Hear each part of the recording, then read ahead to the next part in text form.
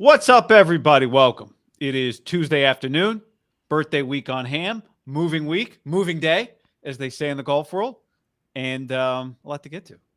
We are brought to you by Tito's. Oh, go ahead. What? Your birthday's tomorrow, correct? Yeah, birthday week. I said birthday week. Yeah. Your birthday's Friday. Birthday, just a bunch of Libras. TJ Watt, also a Libra. That's what, when Shedeur Sanders wears the L on his jersey, it's for Libra. I'm going to start wearing the L. He has an L on his jersey? It's for leader. They don't do captains. They do leaders. Oh, I see you, Prime. Hey, if you're watching this on YouTube, great. Subscribe to this channel. Hit the like button. When you hit that like button, the algo sends this sucker across the globe. More people get to see our channel. So first of all, you're our sponsor. You, the viewer, you, the listener, are our sponsor, and we value your sponsorship. So thank you for that. Hit the like button, subscribe. If you are listening to the podcast, 5 stars, Apple Podcast. Either way, you can watch the video, you can listen. We appreciate you consuming. I think this show's obviously sponsored by our friends at Tito's Handmade Vodka. This guy became, I would say, hated would be strong, but definitely disliked, and a large part of that was because he was kicking the Niners' ass. But it's weird, right? A lot of the Niners fans really wanted him to take the job in 2005. He's a San Francisco native. He played his college football at Pacific. Pete Carroll's just kind of universal California guy. But once you got rid of Russell Wilson, and now that everyone goes, yeah, Seattle's not beating the Niners, it's kind of easy, kind of like Pete, 71-year-old. Cheers to Pete Carroll, a guy who took so much shit of hey, he's ruining Russell Wilson's career. He just wants him to run the ball. He's a village idiot. They not only traded Russell Wilson, they turned into all these sweet guys. The dude that before Mel Tucker couldn't keep his dick in his pants on a phone call, Kenneth Walker let's call a spade, made Mel Tucker $95 million. That guy is a stud. That Pete Carroll drafted him. And the right jobs opening. Yeah. So the Kenneth Walker addition, the leverage, Pete Carroll's got it. You watch them. They got talent all over the place. Listen, I don't view them as a threat. They're fun to watch. They got fun players. They hit people hard. They make some plays. DK's fun to watch run around. It's just cheers to Pete Carroll. Tito's on us to Pete Carroll, who he doesn't eat meat. I don't know. Probably has a cocktail here and there. Definitely probably has a beer. Did you see the picture of him and Will Ferrell last night did you watch I was on the Manning cast on Monday Night Football. No, I watched the normal broadcast. Will Ferrell came on, and it was a lot of I haven't watched the Manning cast. I didn't. It was one of those YouTube TV. I'm not on the guide. It's just things are getting suggested, so I click it, and Manning cast. Will Ferrell comes on. That's an automatic watch for me. Pictures of him and Pete in the heyday of SC. Pete looking just ripped and cut. Will looking like Will looks. They did a great thing where they were showing the 2 ways to call a play in the quarterback's headset. One is where you call the play, and then the quarterback repeats the play back. Eli did it, and Peyton was the one with the helmet on repeating it back. It was a long play call, like a Shanahan-esque long play call. Peyton repeats it back. Then Eli does, and then they're like, clearly this is some beef Peyton has. They're like, now do it the wrong way. So Eli gives him the play call, and then he's like, don't forget about that safety. If it's creeping, you got to check to the run or check to the and Eli's like, Peyton's still doing repeating the play. And then Eli says something else. And don't forget about this, XYZ, whatever. And Peyton snaps on him. It was a really good explanation of how coaches can get too chatty in a headset and piss the quarterback off. And when you see the quarterback going I got it. That's what's happening in his headset. It was because the story was that Geno only wants to play. He doesn't want anything else. Geno Smith just wants to play in his helmet. So anyway, Tito's Handmade Vodka Numero Uno, America's original craft vodka, all the way back to 95 when Tito Beverage, that's the man's name himself, built his own distillery, put his life savings in it. And since then, he's been on a roll. Unanimous judges, gold choice, double gold medal at the World Spirits Competition, the Chairman's Trophy for the world's best vodka tonic, and many others. Distilled and bottled in Austin, Texas. No frills, no fancy labels, no flavors. Just the good stuff, like this podcast. Bottled in Austin, Texas, 40% alcohol by volume, namely 80 proof, crafted to be savored responsibly. Geno's likable. That's a solid just pivot from Russell Wilson. Just get Geno, who's likable, solid player, talent around him, and still just throws win a pretty 10 deep ball, games. Right? Yeah, good spiral. Props to Pete, San Francisco native. Yeah. I thought when you were building up the guy that somebody else could have hired, you were going to talk about Josh McDaniels, who once upon a time A lot of people could have hired, including the 49ers. Actually, they couldn't have hired him because he told them no. Turn them down. Turn them down. They like, wanted no, to. I'm holding out for the Raiders. Is that when Jed was doing the speed dating? He's like, we got these 7 GMs. That's right. We got these 4 coaching candidates. We're just going to dinner with them all. And Kyle's Yeah. like, I'm not working with any of these fucking guys. Right. I'm going to get on the horn. John, what do you think about doing this? I like you. He's like, yeah, I'd be down. And then 3 days later, Adam Schefter tweets out, John Lynch is the GM. 49ers were like, great, we love that idea. Well, sure. He's never done it. That sounds like a fantastic idea. Jed was like, we're kind of like a startup. We're doing this onboarding process. We're trying to find the best. Zuckerberg and Tim Cook told me about this thing they do when they're looking at Harvard and they're looking at Yale and they're trying to hire. That's what our concept. And Kyle's like, I don't know what the fuck you're talking about, but I'm going to hire John Lynch to be my general manager. Yeah, and it worked. And Mark Davis getting screamed at by Raider fans. You see that? Or I know you saw it. My You sent it to God. me. This was the suite it's extremely accessible. Yeah. In SoFi Stadium apparently. I don't have the video. I just yeah. It yeah, was, sorry. Those guys. Did you want me to have the screaming- video? No. Just screaming. And Mark Davis pointing at his head. I saw Florio do a post today that he told them to smarten up. It is getting ugly in Vegas. Max Crosby, would you trade 2 1s and a 2 for Max Crosby? No. You wouldn't trade 2 1s and a 2 for Max Crosby? I mean, I'd trade 2 1s, maybe a 1 and a 2. I got to trade 2 1s and a 2. I mean, yeah, I guess maybe I would. I think that's what I think. really That's thought about now. I think like Khalil Mack, Mark Davis, if they I don't think they would trade him, but I don't think he would ever allow. Would you agree he would never allow Devontae Adams or Max Crosby to be traded to the 49ers? Oh, I thought you meant I didn't realize you meant to the 49ers. I just thought you meant what is the price. Yes, I would agree with that. He will not allow them to be traded. He'd rather trade them to the Rams or the Chargers. Yeah.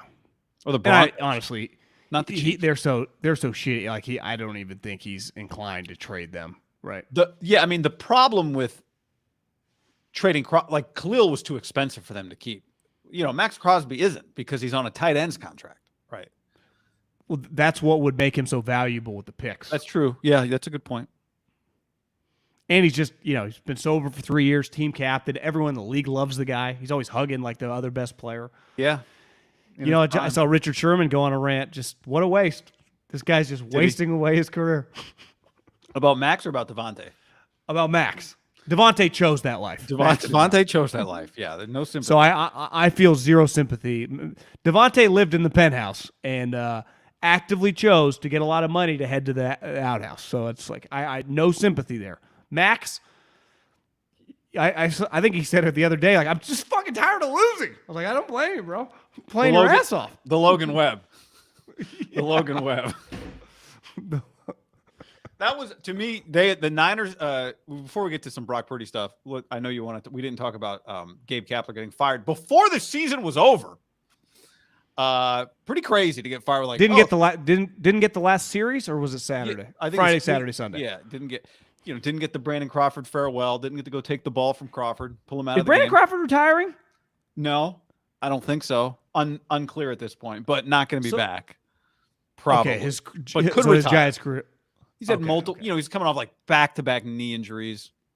Oh, I didn't know if he had announced because they do like all these walk-up songs. It's like, well, where's his statement? No. Oh, it's one of those. It's one of those. Like he got the microphone and he was like, "Thank you." He did like a 20-second thank you to everybody. But Jimmy did the same thing. Yeah, Jimmy returned. That's right. The part about Kapler, because our buddy John Dickinson, he texting both of us the last week. He's like, the Giants came out and said he's staying. Like a week and a half ago, whatever, 2 weeks. And then, our boy Dickinson was like, oh, no.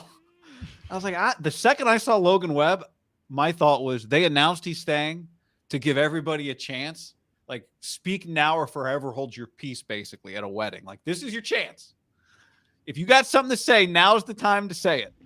While we are bringing him back. And Logan Webb went out through a CG, only the 4th complete game pitched in Major League Baseball in the last 25 years. I don't know if that's true, but that's how it feels. But he threw a badass CG because that's what badass pitchers do.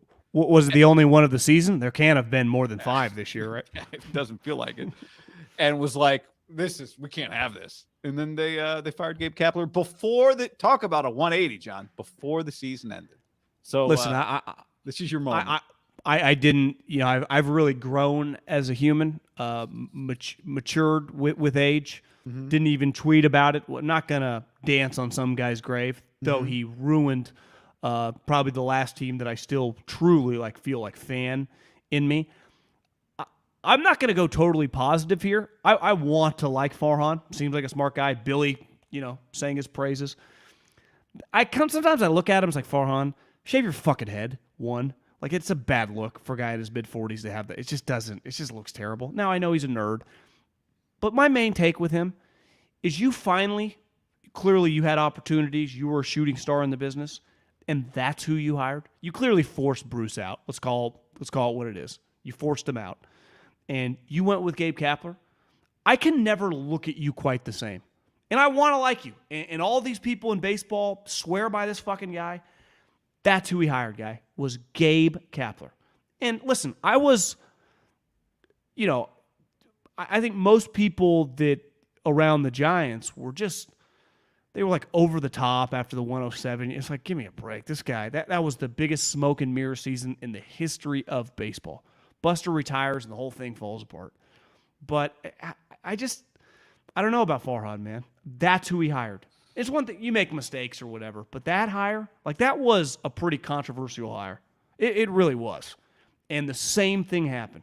Fell apart. Been lucky enough to meet some people that know some people that that played for him the last couple of years. And it's just it's not all his fault. It starts with Farhan. They truly treat people like widgets. It's kind of a joke. Even in the A's, Bob was always there to kind of handle it, and they had good character guys. Not that the Giants don't. The Giants thing is a widget. You are a widget. Hell, I didn't even watch them play that much this year, but do they doing openers nonstop? They're 2 starters, basically, 2.5 starters. Well, I mean, what the fuck are we doing? That's not going to change. And Farhan going, we're really going to be introspective and look. Give me a break. But here's the thing, guy. Farhan, he's going to land a free agent like that guy? I don't know. I think the Giants money offer. Yeah, but I think the Giants are in major, major trouble. Attendance was up around the big leagues. Their attendance was down. And because they were uninteresting. To me, you got to. But I think there are other factors that are difficult for them to land people, get guys to come to the city with the perception of the San Francisco right now around with players. When you factor in just, obviously California taxes are high, but at least LA, it's sunny. I think they are at a huge disadvantage, and they haven't been able to land free agents. But I have a hard time trusting Farhan's judgment based on the Gabe Kapler hire. Yeah, I mean, not just to hire Gabe, but to hire Gabe after Bruce Bochy. It seems like they might get lucky and have Bob Melvin on a platter for them, which they should run, not walk, if Bob Melvin is an option for them. You see the controversy with Bochy? No. Okay, Saturday night, they clinched the playoffs. They are win Sunday and win the division. They control their destiny. But on Saturday night, Bochy got all the booze out, and they went nuts. He said, we're celebrating this. Well, the Astros also clinched that night, but they had to win, and they needed the Rangers to lose. The Astros celebration was very low-key. We only celebrate titles in Houston. We don't celebrate this shit. And Bochy was the opposite. We're celebrating this. Rangers lose, Astros win. I mean, they win the division. And I've seen some things on Twitter, people, and I don't know. Now, for Bochy, I've won 3 titles. But it was Not, yeah, I mean, I'm watching him right now. He's playing the noon wild card game. I get it's a baseball thing. I do think it's a little unique when the next day matters. And their GM came out and said, we did not get wasted or whatever. It was champagne celebration. There was no, go to the club after. Right. But, I mean, sure. That's pretty weird. I've never heard of that. Do you agree? Would you just wait for Sunday to try to win the game at that point? Yeah. Absolutely. I mean, but I'm no Boch. What do I know? Yeah. We've sat across from Boch. Boch is a different beast. Well, he was the guy leading the charge. I know. That's why I saw the photo. I didn't quite realize what had happened. NorCal. Sunday mattered to them. Danny just threw us $10 to say our family friend who played 9 years with the Phillies said the fan base hated him. He's been around a lot of baseball and said the guy's a clown. I don't think he's going to get another managerial job, right? Which is always kind of an indictment. The second Bochy leaves, 100 people would hire Bruce Bochy immediately. Gabe, I think, has probably managed his last baseball team. Although the Angels are looking. The Angels are looking. I'd be hard pressed to. Thank God that loser's out of my life. Even though it's not like I haven't even watched that much Giants baseball. You can get back in. I see him on my timeline, see him on Instagram too much. I've had enough. I don't want my manager, my football coach, my basketball coach to have 3% body fat and have bigger muscles than my players. Like, I'm sorry. I red flagged that guy from a mile away, and I was dead right, and I always knew I was going to be right. My red flag was... I wasn't alone, though. Yeah. My red flag was wearing like $800 designer high tops to manage a baseball game. That was always my red flag. I mean, the Yeezys, even Kyle wears some Yeezys, but I mean, he would regularly wear just like these outlandish sneakers out there to like go make a pitching change while wearing a swimmer's jacket. It was bizarre. Well, yeah, I saw, I think Wink Martindale, one of the coaches last night, definitely wasn't on Seattle's side, had like a $30,000 Rolex on. It was like, but then it's like, all these guys wear nice watches though.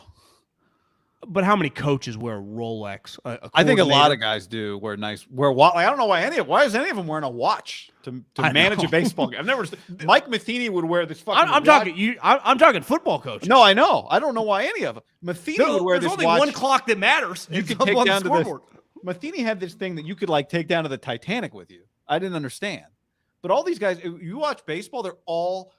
I would tell you watch Aaron Boone, but the Yankees aren't in the postseason.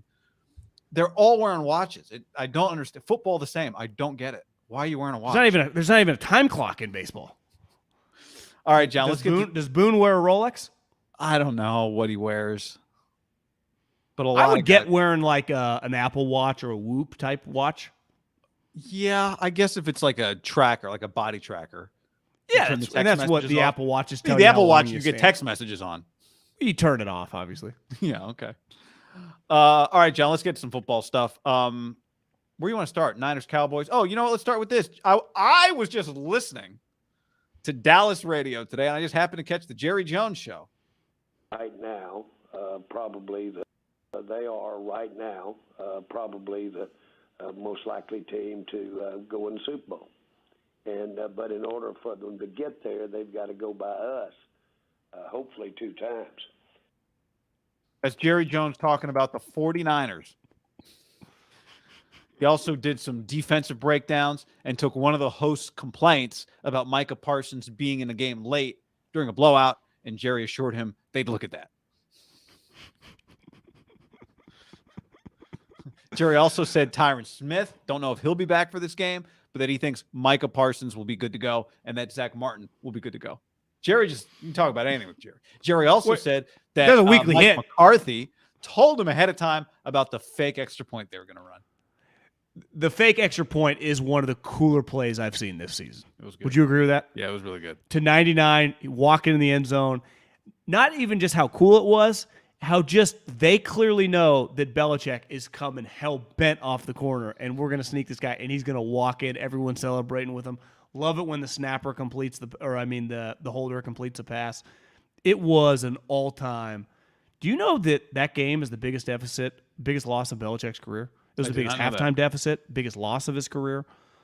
I mean, that's a Belichick low point. I mean, he's down 28-3. His quarterback throws one pick six, and they have a fumble six. So they only gave up 14 points in the first half defensively, right? Well, they have scored a lot of points this year, the Cowboys. I looked the other day. Obviously, they're 3-1. The other 3 games were a rout, and 2 of the 3 of them, they were up 20-plus points at halftime. The Jets game turned out, I think 30-10 was the final score. It was 18-10 at halftime, but it did not look that close. So they are, to me, like I think this is the U.S. Ryder Cup problem. Great front runners. They don't really battle well. I think the Cowboys they had to battle one game and they lost. and they've had to battle with the 49ers the last 2 years in the playoffs, and they lost. When they're out front running, like that game, you could feel like this feels like an NBA, like a Steph Curry NBA game, where they're just hitting threes. Bland looks like Deion Sanders firing down the sideline. I mean, they are just teeing off. Places well, they hit that 2-point play. I mean, you got everyone in the special teams field goal units fucking partying in the end zone. The place is going nuts. Jerry's going nuts. If they front run against you, like if they were to get a 14-3 lead or something against the Niners, you'd be in some trouble because they just tee off on the pass rush, McKivitz. But if it's just like a 10-10 game, 12-9, something just tough, that's where they kind of unravel. At least this iteration the last couple of years, in my opinion, with the Cowboys. Front running, they're elite. Look, Mike McCarthy's won a championship, excellent coach by almost every measure, right? Jim Harbaugh has not won a championship, but an excellent coach by every measure. I look at them somewhat similarly, which is you don't have to knock their teams out in the first quarter. Just play the full game with them and make them make as many plays as you and make them limit their mistakes as much as you do. My fundamental belief is in those spots, Mike McCarthy's teams and Jim Harbaugh's teams will make the fatal mistake that costs them the game or fail to make the play that wins them the game. That's my fun. And when you watch, John, the 2-minute offense that these guys have run against the Niners 2 years ago in the postseason on the road wasn't when they tried to steal fake yards down the at the very end of the game where they tried to move the ball up and it cost them the game. Embarrassing. And the way they ran it last year, I think it's a window into who they are. Now that said, they're still a very on Dak too. Like I mean, he's not dealing with Aaron Rodgers here. Yeah, it's not. I'm not saying they can't beat you. And I'm not saying they're not really good. I'm saying I think they are. There are little cracks that if you keep the pressure on them, and this is what you're saying, if you keep the pressure on them, that's the best way. Just make them fight a full round, whatever. How long is the boxing? 12, 14, whatever. However long it is, make them fight the full 12. The full 14, just use whichever cut's accurate. Because by all the metrics, they are number one in defensive points, number one in yards, number one in defensive pass yards, number one in defensive passing touchdowns, 9th in rushing yard defense, number one in touchdowns allowed, number one in red zone touchdowns allowed, number one in red zone touchdown percentage, which is a stat I love, right? The percentage of your red zone trips that are touchdowns. They're number one. Their defense is across the board very good. Well, they gotta have scored the most touchdowns on defense so far this year. I can think of like 4 off the top of my head. They've they have eaten alive, right? McCorkle, Zach Wilson, and Daniel Jones. And Purdy's better than those guys. And Kyle's better than what they're like. The Purdy-Kyle combination has been better than the 49ers offense. But this is a massive, awesome game. The ratings are going to be stupid high. Everyone's going to be paying attention. It just doesn't get any bigger. Jerry, the Cowboys are just good. This is the third time they've played now in whatever it feels like 18 months. 2 of them are playoff games. I think one thing Jerry hit on, hopefully we play him twice. Like I hope he's playing twice too. Like I kind of like this becoming part of becoming a rivalry though is you need the other team to win. That's the problem here. It feels kind of one-sided. I actually think it would add if the 49ers were to lose this game, it would add some juice to the whole thing. Yeah, if they were to meet in the playoff it's a big is this a bigger game for the Cowboys or the 49ers? Cowboys. And I think Jerry that's part of what Jerry is saying, right? Is like, we got to go through them. I think Jerry Jones, who's a showman too, but I think he gets it. And I think that's what he's saying. We have to go through them. It's a bigger game for us. Part of what he said in there was, we've done a lot of stuff, but we got to do it against these guys. So, I think that's what's interesting about the Niners is they've become the team to go through where Philly still, now that's kind of external. Right. I don't know the Niners are looking at themselves any differently. Philadelphia, meanwhile, is 4-0, and they haven't played their best football yet. That's what they would tell you. You know who they play this week? No. Who do the Eagles play? Rams at L.A. Okay. It's kind of interesting that both the Cowboys and the Eagles are coming out here. Yeah. Weekend. That's 2 pretty big games. The 49er, I was just looking at the schedule. Thank God for the Eagles and Rams because it's Bengals, Arizona, Jets, Denver, Chiefs, Minnesota. It's a rough afternoon. Rough. Only need one, John. It's a bad slate. A lot of Houston, Atlantas. Last week wasn't great. A lot of Titans, Colts. Yeah, I guess you could have a bad slate, and if the games are good, it's entertaining. Like last week, the games were not even. They were especially in the afternoon. It was a bad afternoon. The Cardinals scoring actually kept you kind of entertained, but totally agree. Yeah, I'm with you. But I think this is tough for them. Packers Raiders Monday night. Does it? Oh, that's a good one. Does it make a difference that this game's a home game for the 49ers instead of a road game? Most times you would say yes, but they go to Dallas and there's a bunch of Niner fans there. And in a weird way, I think it works in the Niners' favor because they kind of get to go, your house is not safe from us, you know. And there will be plenty of Cowboy fans at this game, I would imagine. But I think there are only 3 teams who are completely unfazed where they play. I think it's the Niners, the Eagles, and the Chiefs. I even think the Bills I don't trust them as much on the road. At home, they're a motherfucker. At home, they feel like a college team, like Oregon at home or something. You know, Miami Georgia different away from home. 100% goes on. Yeah, I don't. Are they a lock to win a playoff game if they're the 5 seed and have to go on the road to Baltimore, right? In a place that's 10 degrees. Yeah, against a really good defense. And it's cold. Yeah, no.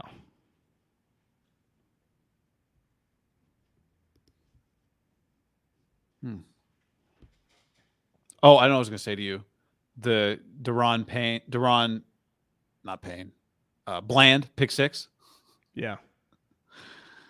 Mac had just thrown the ball across his body, across the middle of the field to the earlier in the drive. And as it's unfolding, you're like, oh my God, bro, you really doing this?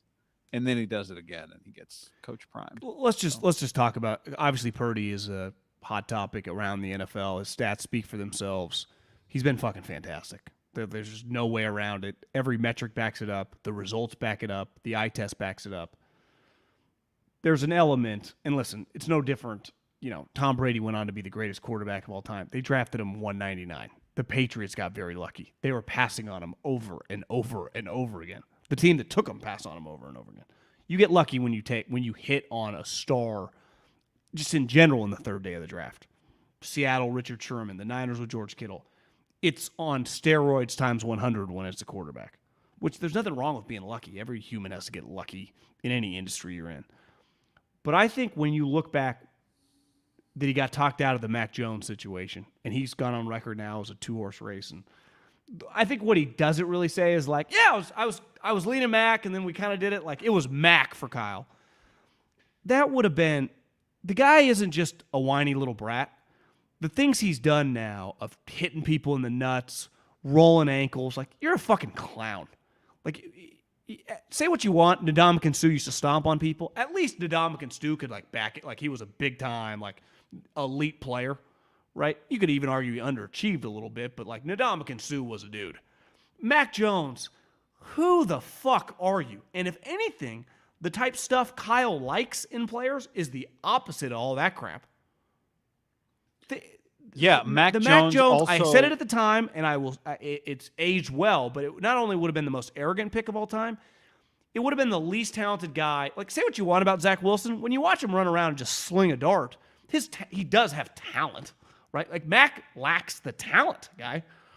Like, his comp was like, oh, Cousins. Cousins was a 4th-round pick because of his physical limitations.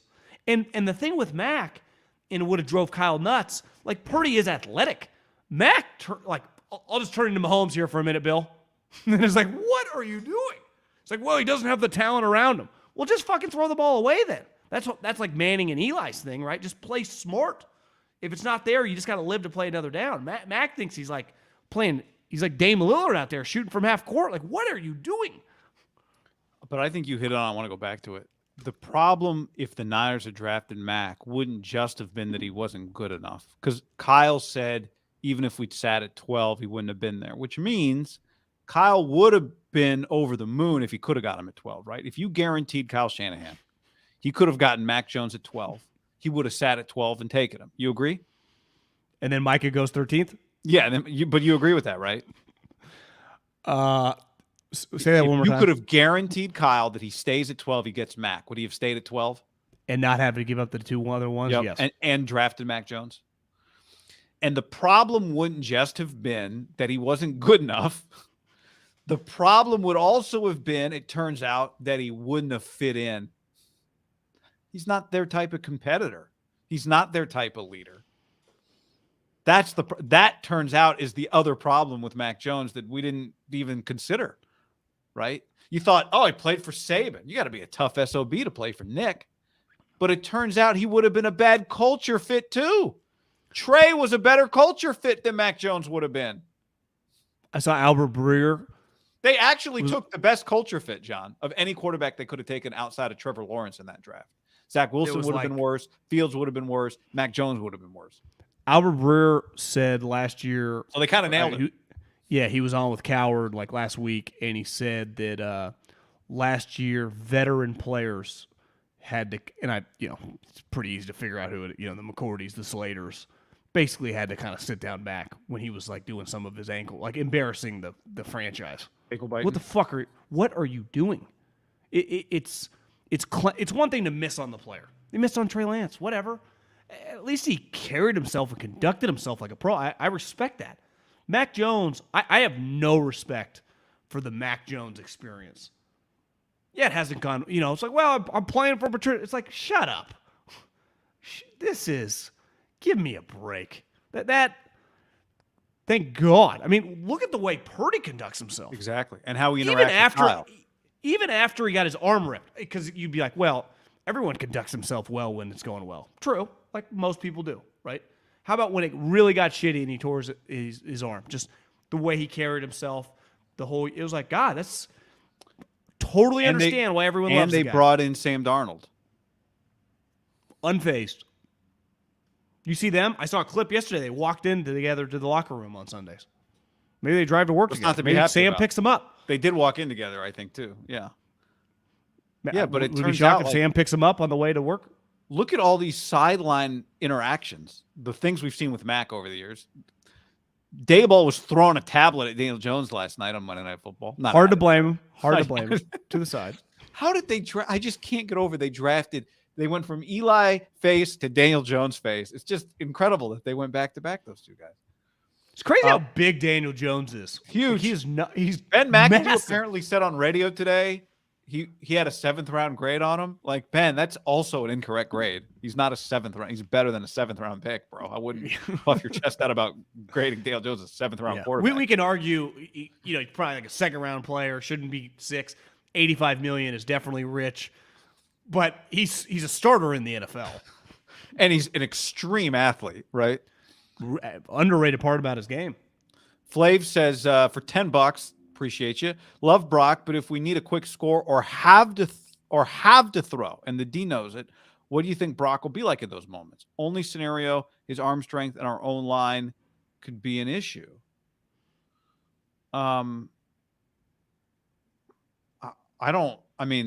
We still have a lot of Brock's career to go and season to go before he proves a lot of things, but I trust him to make a quick decision. Like, I think he's proven he's very good at a quick decision,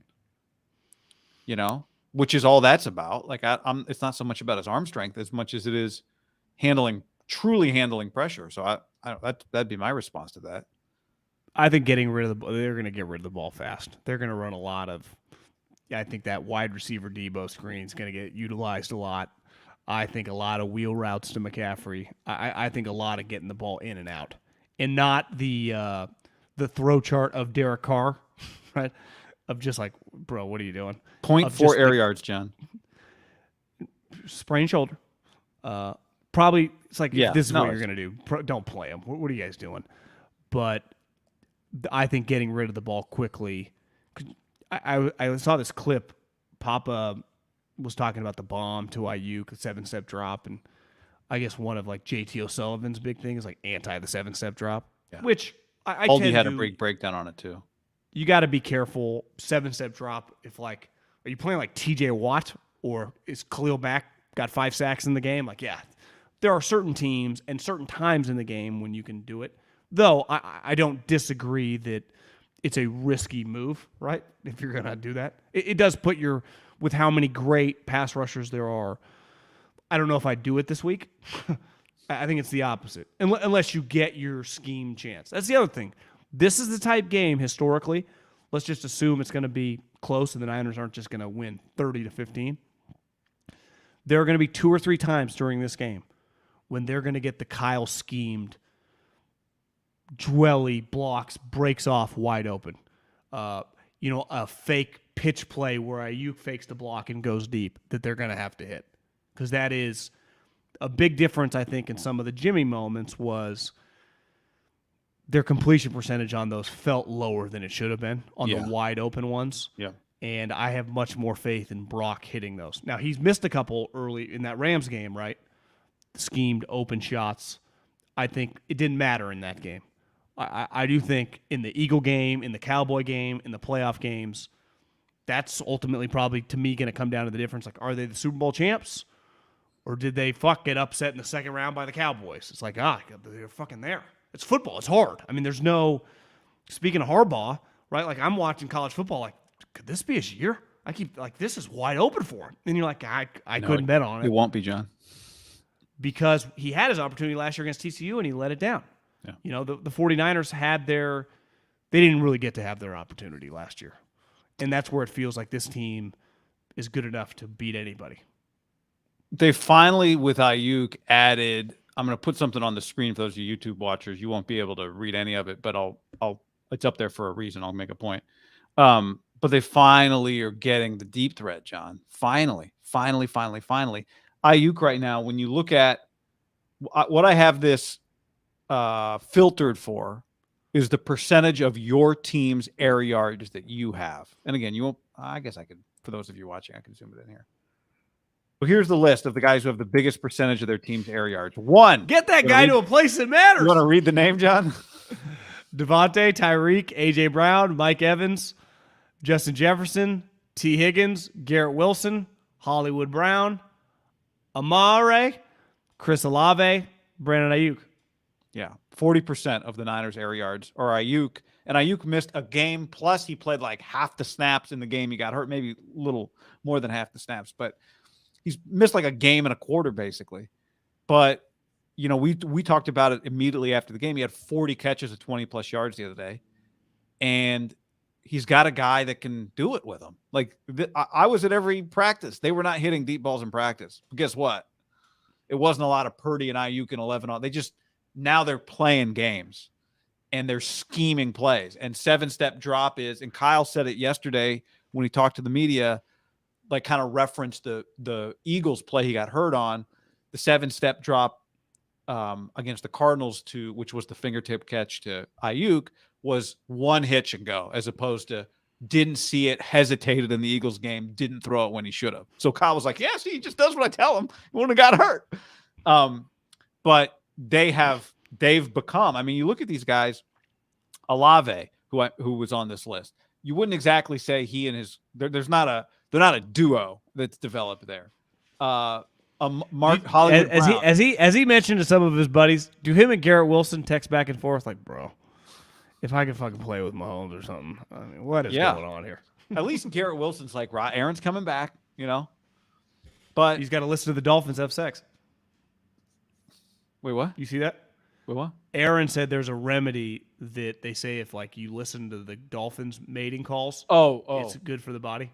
I did not catch that. No, saw Tyreek said he wanted to be a porn star, but when he grows up, I'll probably watch. When he retires, it would get a lot of views. Do you agree? Why does he have to wait till he retires? Is my question. Of course I agree. If someone's paying you $30 million, they probably don't want you laying pipe on camera or something. But on purpose. Like if you told me a sex tape leaked of an NFL player, right?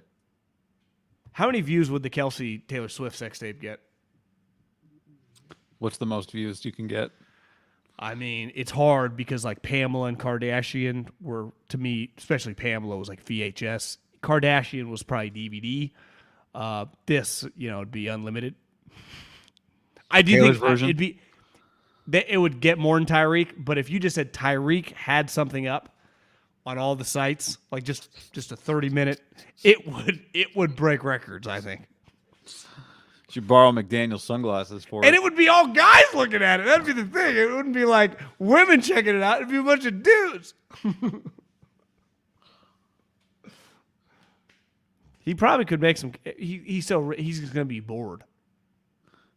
Yeah, I don't even understand what he's.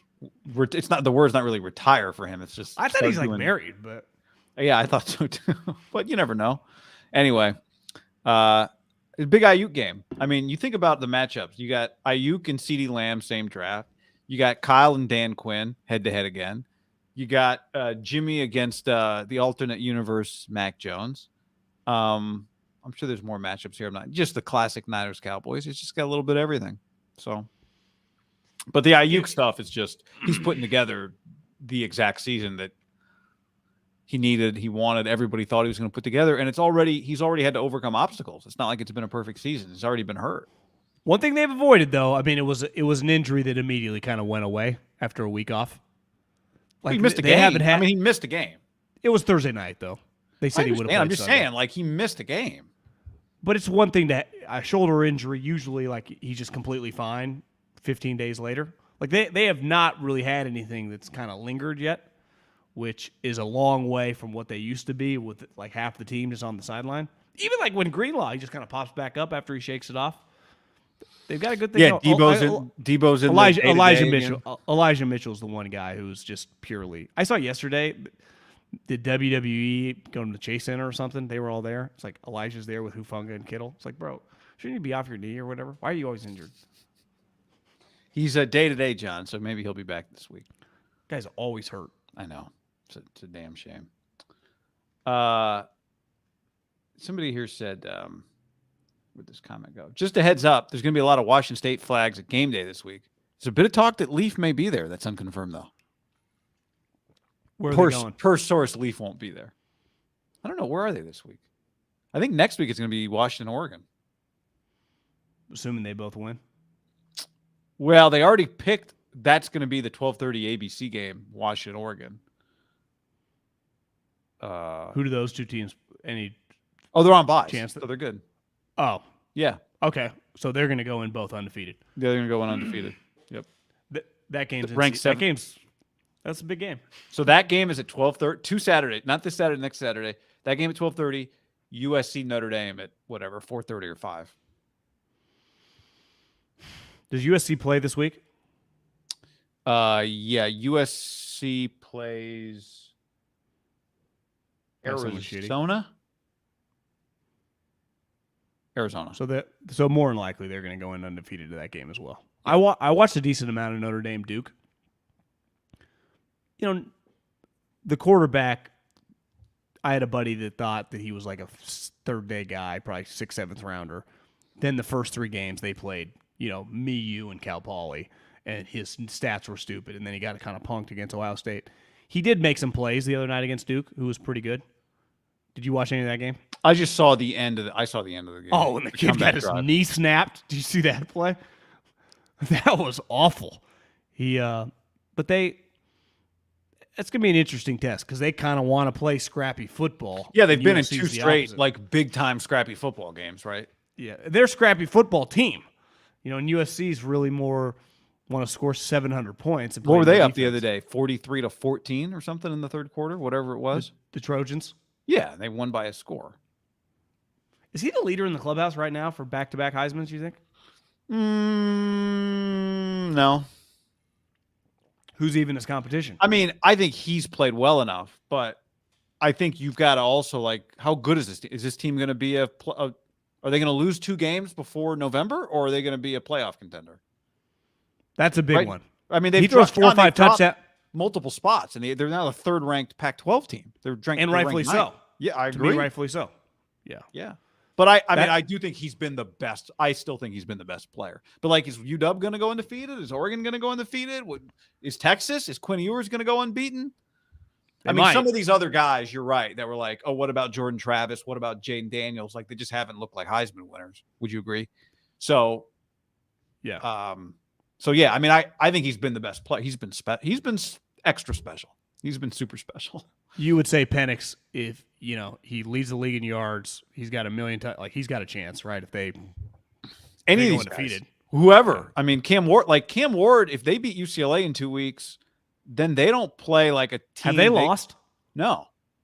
And they play UCLA off a bye, and then they'll play Oregon 2 weeks after that, and that'll be kind of like in a 3-week span. Their future gets not their future, but their season probably gets determined there. Well, where is their future? Yeah, well, playing the Dogs who are headed to the Fiesta Bowl. Yeah, the Dogs. See you at the Fiesta Bowl. Jeff Schwartz forwarded me the picture. He's like, "We're gonna kill you guys." You guys. I mean, it's like, listen, what was it? A projection? Oregon, Fresno. Yeah, State it was Oregon, Fresno State Fiesta Bowl. And he's like, "Well, half our team probably sit that game out." I'm like, "Oh, no, the Dogs, yeah, that you would guys. Be their fucking Super Bowl." Ducks do not win that game. By the way, why is Jeff getting Is the Fiesta Bowl? Is that where the Cardinals play? Or is that a different game? Yeah, January 1st, New Year's Day. That'd be pretty sweet. I know. Like you understand how that money to that program would mean? But like, why would Jeff doesn't want to go to the Fiesta Bowl. He wants to go to the playoff. What is he talking about? No, I mean, it was just like a ESPN put it out because it had Washington, I think, in the playoffs. Gotcha. Yeah. Games at UW, 2 weeks. There's zero. Is this a top 5 Dogs team of the last 20 years, talent-wise? No chance. Yeah, that's the part that I'm like, what is going on right now? But they beat Purdue. I mean, they got the win, Was Purdue any good? I'm just saying, you go on the road. Purdue is probably the same as every Illinois, Kansas State, Rutgers team that the Bulldogs beat, right? Purdue is 2-3. Yeah, so they're probably so 16. Yeah, but you know what they would argue back in the day, John? They're 2-3 because we beat them. They haven't recovered from that loss. Well, that to me at Purdue's a solid win. The win that's not. I mean, ASU stinks. If they would have beat, to me, Oregon State or Washington, and they play those teams, like last year when they lost to Oregon State, that would have been, if they would have won that game, their best win of the last 2 years, right? And they almost did, until Musgrave or whatever went for it on 2. Tyler asked, should the Raiders be tanking? Well, what do you mean, as opposed to? Well, that's the thing with the Raiders, the Bears, the Panthers. They're trying to win. Like, think about that. They're trying to win. All right. Really hard. We got to roll. I mean, we got to really go. hard. But more Niners Cowboys talk coming up on Thursday. Cow patties. Cow patties. Yeah. Somebody said, come on, guys, let's talk Niners cow patties. That feels like something the Phil Jackson would have said about the Kings. Yeah, Cowtown. They used to talk a lot of shit. This is so, God, Cowboys. I got to tell you, this is going to sound crazy. Last thing, and then you tell me if I'm crazy, then we go. Niners Cowboys, to me, feels a little bigger when it's in Dallas. Don't hate me for saying that. Yeah, why do I feel that way? I'm not sure. Felt bigger candlestick early 90s. I agree. I'd rather play this game in Dallas. It's not even an yeah, maybe. I hadn't thought about candlestick. I think the Niner games feel bigger on the road. Like, it just does. And I know, and listen, I love Guido, who's tweeting out the stats. This thing has been a cash cow. It does not feel like going to Lambeau and beating them felt infinitely bigger than it would have felt at home. It just does. Yeah, I don't. But to me, see, you made it about Levi's. I wasn't making it about Levi's. To me, it's about your crowd being in their place. But maybe I'm subconsciously not. Again, realizing. Good stadium. It's built a lot of character over the years, but excellent. I got no complaints about it. Made them a lot of money. I think it's a good big game stadium. I think it's become one. No, I'm not. It just feels. What would feel like a bigger win? NFC Championship game. Hosting the Eagles, beating them, going to Philly, winning the game. Going to Philly. But maybe is it always that way when you're in their house? I don't know. I don't know if you're like Lamb. I don't know. Something about the stadium. John, we made it to the end of the show without mentioning Trey Lance revenge game. Is he still in the league? He plays for the Cowboys. I'm kidding. If you go into the game, you got to get out there early if you want to watch him play, because he does that thing with his quarterback coach. With Puts Scotty. Lather. Yeah. Scotty. Yep. Works out so hard he's got to shower before the game. But, I guess your third quarterback now. Line for some Puesto. You dress out, huh? As the emergency inactive, quarterback. But yeah, like not on the active, but dressed out the other day for the Niners was what's his name, who I used to watch every day in practice, Brandon Allen. Yeah, you're not just in sweats and have the piece of paper in your hand. No, you're suited and booted. You still have the piece of paper in your hand, and usually the helmet off, hat on, but you have earpiece on and cleats. Play call. Earpiece. Yeah. Little Motorola in your ear. All right. We got it in. Thanks for hanging, everybody. We'll talk to you soon. Later. Big week.